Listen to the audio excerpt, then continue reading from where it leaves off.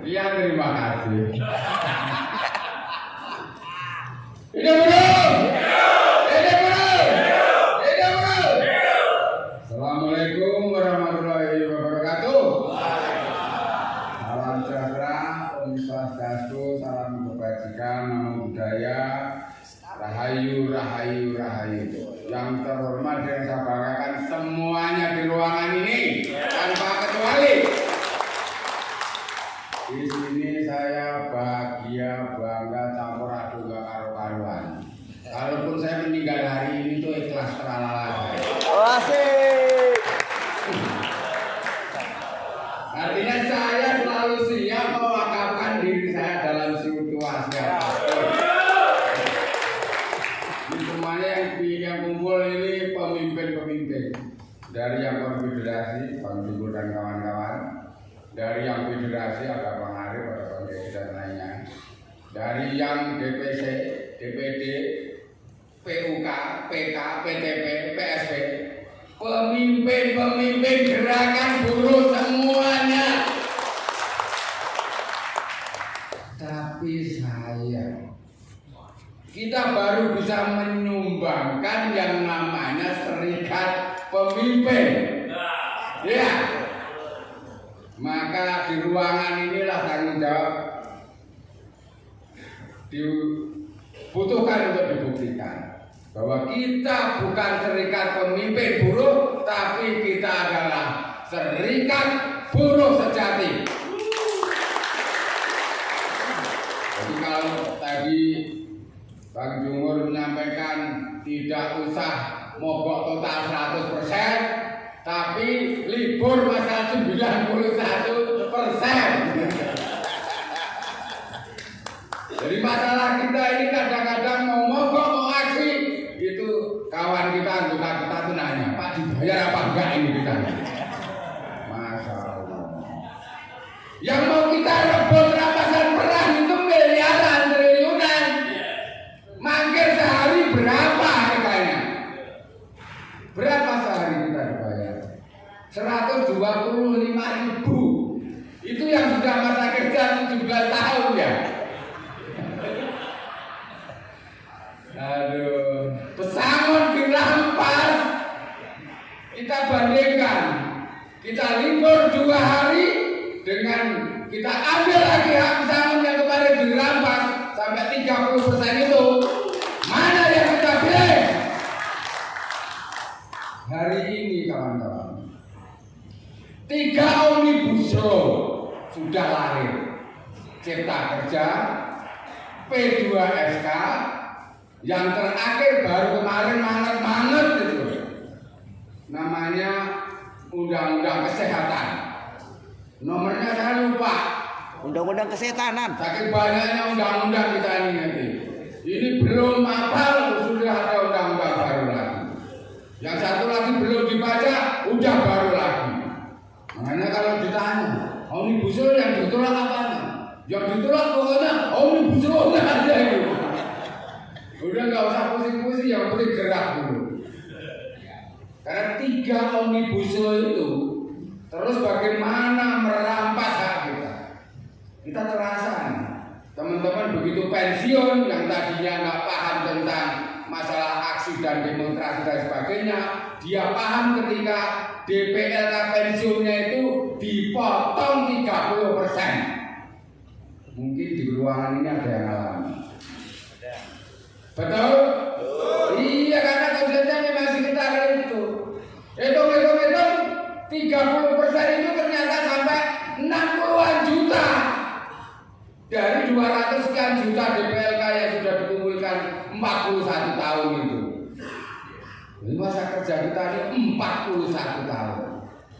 41 tahun itu kita nggak merasa memberikan kontribusi yang namanya retribusi, pajak, PBB, aneka PPN, aneka PPH, dan iuran BPJS 14,7%. Kemana duitnya?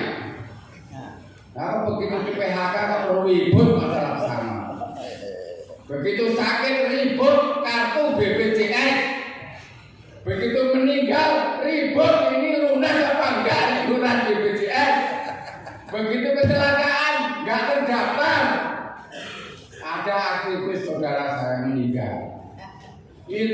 peserta BPJS apa tidak? Wah enggak. Berarti nggak dapat 48 juta. Kalau meninggal itu 48 juta. Gitu saudara. 41 tahun. Saya contohnya. Begitu masuk 59, saya ditelepon dari BPJS. Pak, JHT-nya cairkan. Saya ini soal cerita. Lumayan. Senyum lebar. Pak, ini harus juga pensiunnya dicos. Oh iya, ada berapa saldonya? 27 juta. Alhamdulillah. Tapi begitu JHT saya ambil, pensiun saya ambil, saya kehilangan semua jaminan-jaminan sosial yang saya miliki selama 41 tahun itu.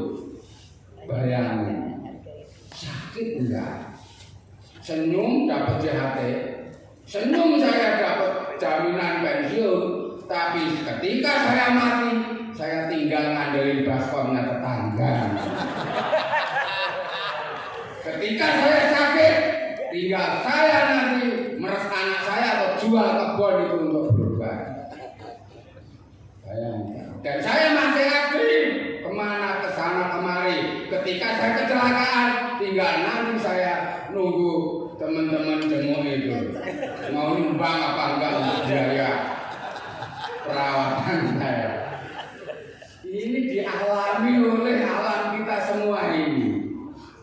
Maka ketika nanti di aliansi 1 juta buruh itu teman-teman masih tawar menawar di PUK itu khususnya, ya, dibayar nggak Pak ini kita unjuk rasa? Kerugian kita itu nggak hanya rupiah puluhan ribu jutaan, triliunan. Ketika yang saya ceritakan tadi, pelanggaran itu 70%. Buka data. Klik BPJS, berapa peserta aktifnya? Cuma 15 juta. Populasi pekerja itu berapa? 58. Kata Pak Deros BPJS, semuanya terdaftar Pak. Iya terdaftar. Tapi ketika jatuh tempo ada insiden, nggak bisa dicairkan karena nggak dibayar oleh majikannya. Hidup bro! Terus udah menang kabel.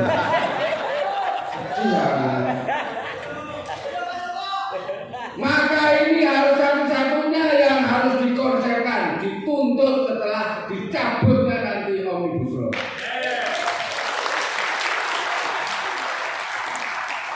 Kalau 1 juta itu hitungannya 10 ribuan per federasi. 10.000 udah. Kuota terpenuhi. Ada yang ikut lagi sudah terpenuhi. Gak sulit sebetulnya menggerakkan buruh itu. Yang sulit adalah bagaimana memanfaatkan gerakan ini betul-betul satu titik tujuan. Apa yang diinginkan kita semua itu.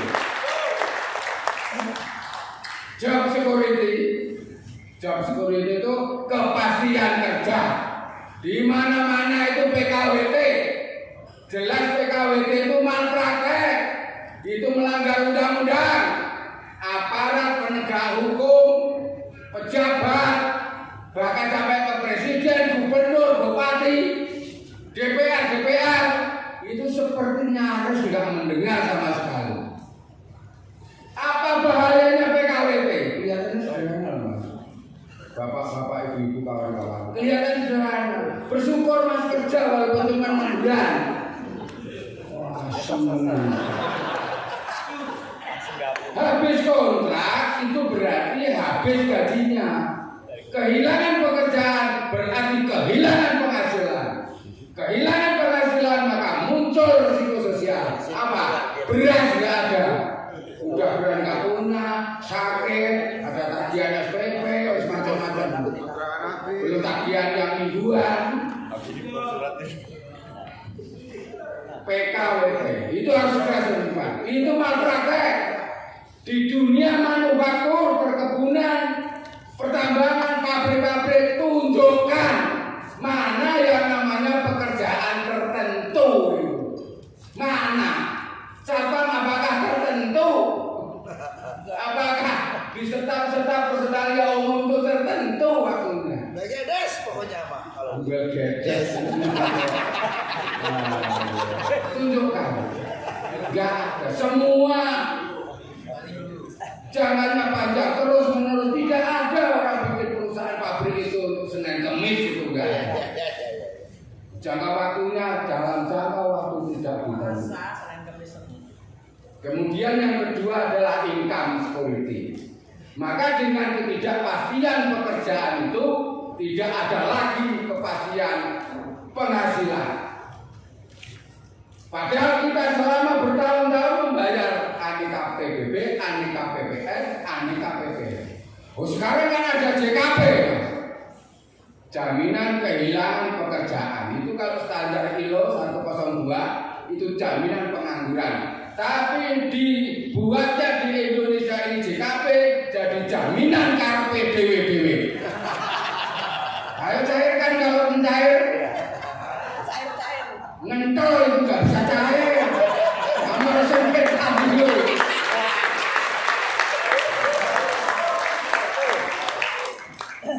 Dan itu program tipu-tipu yang lahir di Omnibus Law. Nggak pakai iurannya dana jaminan kecelakaan kerja dan kematian. Berarti di sana ada uang banyak sekali yang bingung untuk menggunakan, akhirnya dikarang-karang, cara mengarangnya salah. Dan akhirnya nanti akan dirubah itu PP-nya. Ya, income security. Maka ketika pekerja kehilangan pekerjaan, mereka masih usia produktif, mereka berhak mendapatkan kompensasi. Yang ketiga adalah social security. Maka dari job security, income security, social security itu sebuah sistem yang terpadu, saling memenuhi. Ya. Yang masih kerja nanti nanggung yang sudah nasibnya nggak kerja itu. Pekerja aktif menanggung pekerja tidak aktif. Yang sakit ditanggung oleh orang yang tidak sakit. Yang kecelakaan ditanggung oleh yang nggak kecelakaan. Siapa yang mau kecelakaan? Siapa yang mau sakit kalaupun gratis? Siapa yang mau meninggal duluan walaupun negara kasih 40 juta kontan? Logika. iya. Nah, kita harus pakai logika pikir. Negara ini logikanya sudah hilang serta pemangku-pemangkunya itu. Duitnya dari mana? Yang barusan saya sebutkan, iuran BPJS itu 14,7. Kalau itu konsisten kali 57 juta, duit itu semua jumlah sendiri. Beli kerupuk Indonesia itu ketutup semua.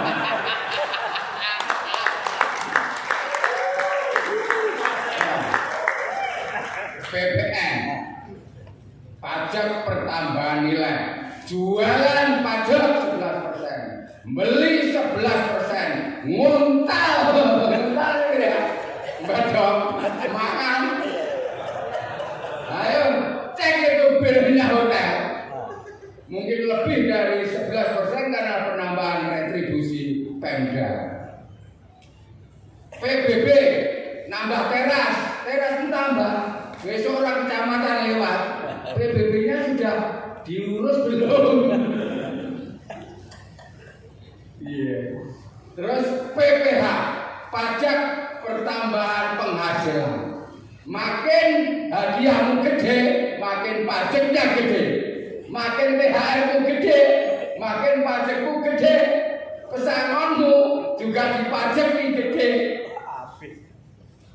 Baru ingat. Jadi wajar kalau pekerja itu menghabiskan masa kerjanya mengabdi karena penghasilannya kurang lebih 30%-an itu, termasuk cukai rokok, itu sudah didedikasikan disembahkan sebagai asok gelondong pengareng-areng ke negara ini.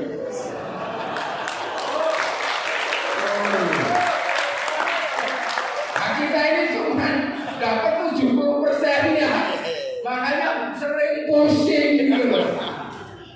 Ya kontrakan, cicilan warung, buat pakaian dalam sekolah nggak cukup. Ya, kita nggak terasa, pajak sudah diambil melalui transaksi-transaksi langsung. Maka dengan jaminan sosial semesta sepanjang hayat, semesta itu semua, sepanjang hayat itu lahir sampai meninggal. Yang mau melahirkan itu namanya maternitas, supaya nggak stunting, supaya bayi lahir nanti nggak idiot, semuanya unggul, sanggup menghadapi zaman, maka itu jaminannya harus keperawatan dan kompensasi. Melahirkan ditanggung gratis, tapi ketika di rumah nggak ada uang karena dia sebagai pekerja perempuan, ya akhirnya pusing juga dia. Yang sakit diobati gratis oleh negara, tapi sebagai pencari nafkah yang di rumah juga nggak ada kompensasi tunai, itu masalah juga sosial. Maka dari mulai lahir sakit, dari mulai melahirkan sakit, kecelakaan, meninggal dunia, dua hal ini yang kita konsepkan, yaitu keperawatan dan kompensasi. Keperawatan adalah tindakan-tindakan medis dan perilakuan.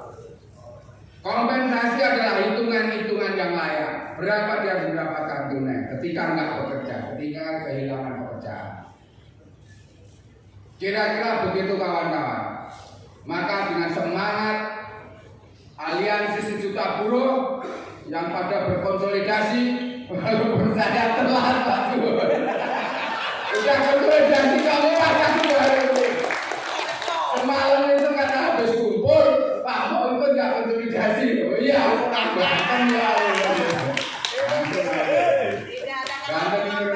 Lebih baik telat daripada tidak sama sekali.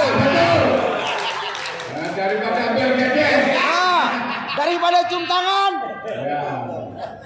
Terima kasih. Hidup buruh.